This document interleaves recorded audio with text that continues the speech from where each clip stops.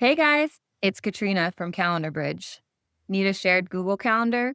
I'll show you how to set one up in under 2 minutes. Let's get started. Open Google Calendar in your browser.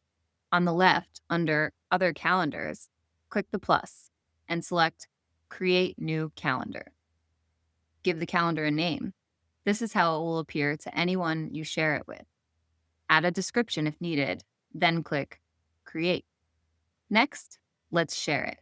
On the left, find your new calendar. Hover over it, click the three dots, and select Settings and Sharing. Scroll to Shared With, and then click Add People or Groups. Now, enter the email address of the person you want to share it with. From here, you'll choose what kind of access they'll have. Google offers a few permission levels. See Only Free or Busy hides details.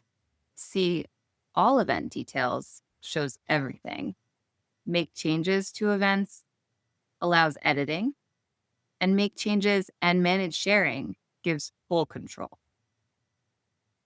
Choose the level you want and click Send. They'll get an email with access to your calendar. And that's it. You've now shared your Google Calendar. Want to go further to share real availability, not just a calendar? CalendarBridge syncs everything. Try it free at calendarbridge.com.